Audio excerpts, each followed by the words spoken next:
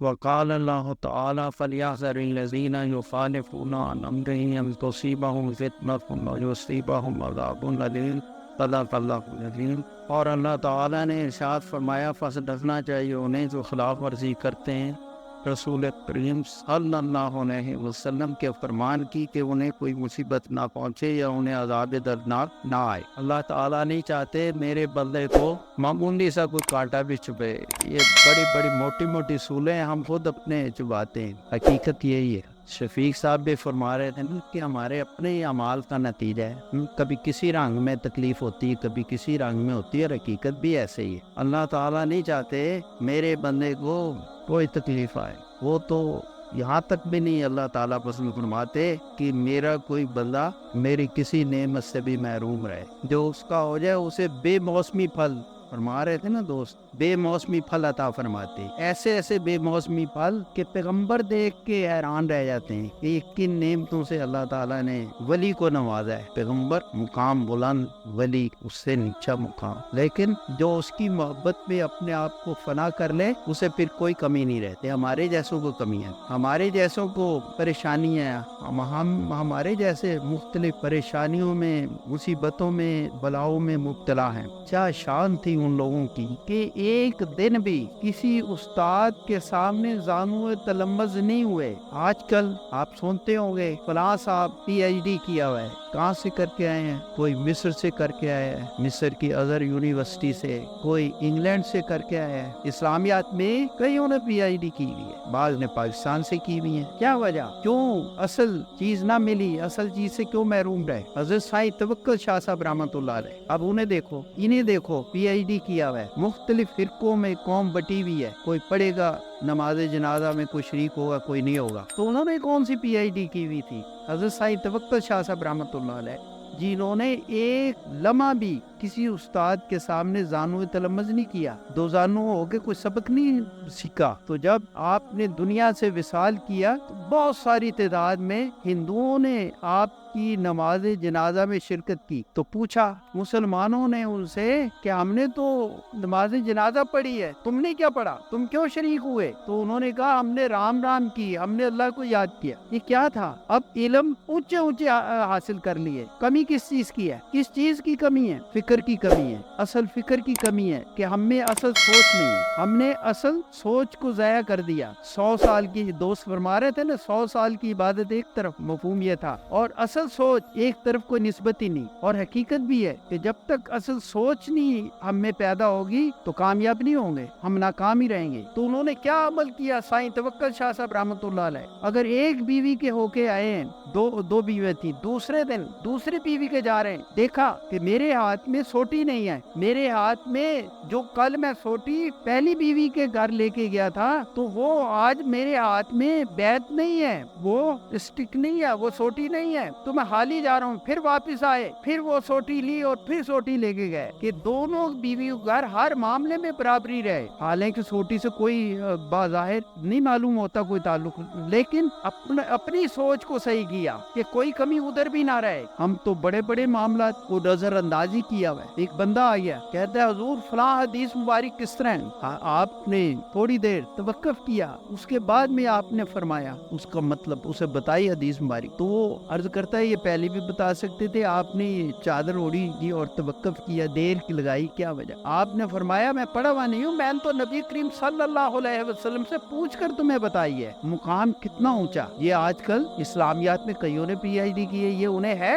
حاصل چیز۔ کیوں؟ ایک صاحب آئے پی ایچ ڈی کر کے، میرے استاد ہی تھے، وہ ملے یہ مالٹون میں، داڑھی بھی پوری نہیں، کیونکہ میں نام نہیں لے رہا اس لیے چگلی نہیں، داڑھی بھی پوری نہیں، کوٹ پینٹ پہنا ہوا، بجائے 3 سال کے 4 سال لگا کے آئے انگلینڈ میں۔ کہتے ہیں کسی پاگل کو کہ ہم آپ کی دعاؤں کے محتاج ہیں۔ کیا عمل کی طرف آئے نہیں؟ علم کی ڈگری لے آئے، عمل کی طرف نہیں آئے، تو پھر بات کیا ہو؟ اس لیے کہتے ہیں علم اتنا ہو جس سے صحیح زندگی گزر جائے، یعنی تھوڑا بھی ہو، تھوڑے سے مراد اتنا جس اس سے صحیح طور سے زندگی گزر جائے تو وہ اس بڑے علم سے بہتر ہے جس علم کو پڑھ کر عمل نہیں کرنا، کہ شہرت ہی صرف لینی ہے، تو اس کا کیا فائدہ؟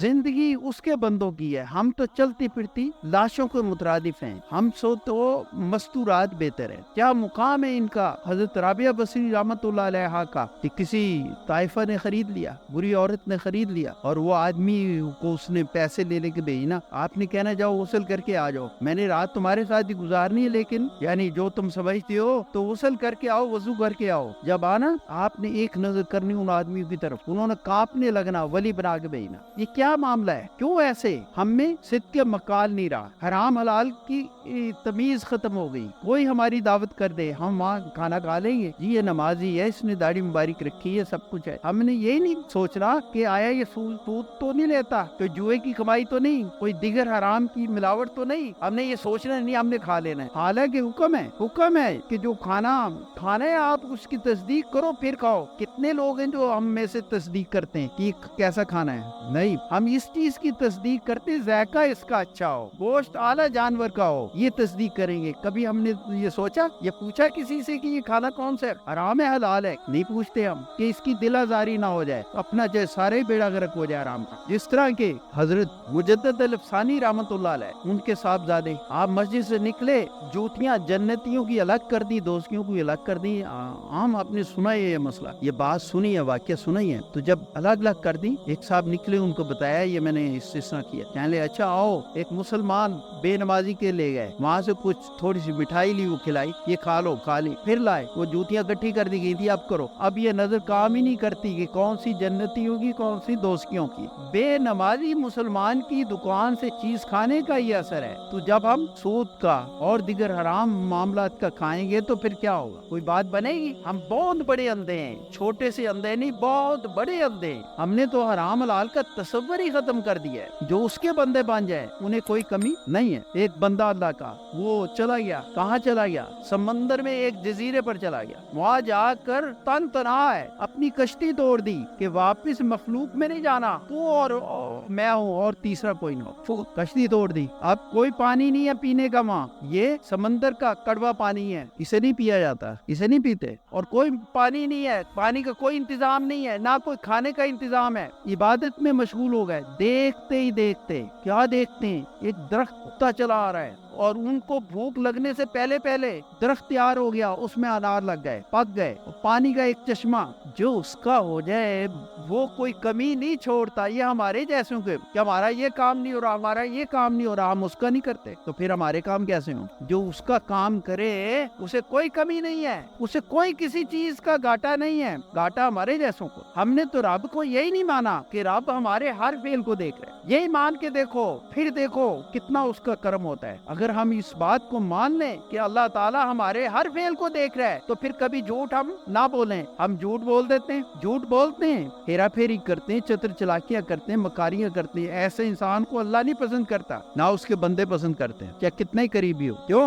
جب انسان جھوٹ بولے، حرام کھائے، نہ ان چیزوں سے بچے، ساری رات نفل پڑھے، سارا دن روزہ رکھے، اس کی کوئی عبادت قابل قبول نہیں جب تک وہ حرام سے نہ بچے، صدق کے مقال نہ اختیار کرے، سچ نہ بولے۔ یہ ہے ہمارے میں وَأَنْتُمُ الْأَعْلَوْنَ إِن كُنتُم مُؤْمِنِينَ، اور تم غالب ہی رہو گے اگر تم صحیح معنوں میں ایماندار ہو۔ تو ہم صحیح معنوں میں ایماندار ہیں؟ ہم تو ہیں بد دیانت۔ ہمیں حکم ہوا کیا کہ میرے محبوب صلی اللہ علیہ وسلم پاک کی طرز زندگی کا نمونہ بن جاؤ۔ میں نے ایک پیٹرن بھیج دیا ہے، آپ کو جو بھیجا ہے، آپ کے ساتھ ایک نمونہ بھیج دیا آپ کے طرز زندگی، جیسا آپ لباس پہنتے ویسا لباس پہنو۔ مگر ہم نے کہا ہمیں پسند نہیں، ہمیں تو آپ کے جو اللہ اور اللہ کے محبوب صلی اللہ علیہ وسلم کے دشمن ہیں ان کا طرز زندگی پسند ہے۔ تو ہم نے ریجیکٹ کر دیا، رد کر دیا، پسند نہ کیا، تو وہ پھر آپ کے دشمنوں کا طرز زندگی اپنایا۔ تو آج ہم پریشان ہیں یا نہیں؟ ذلت کی گڑے میں پڑے ہیں یا نہیں؟ اور جنہوں نے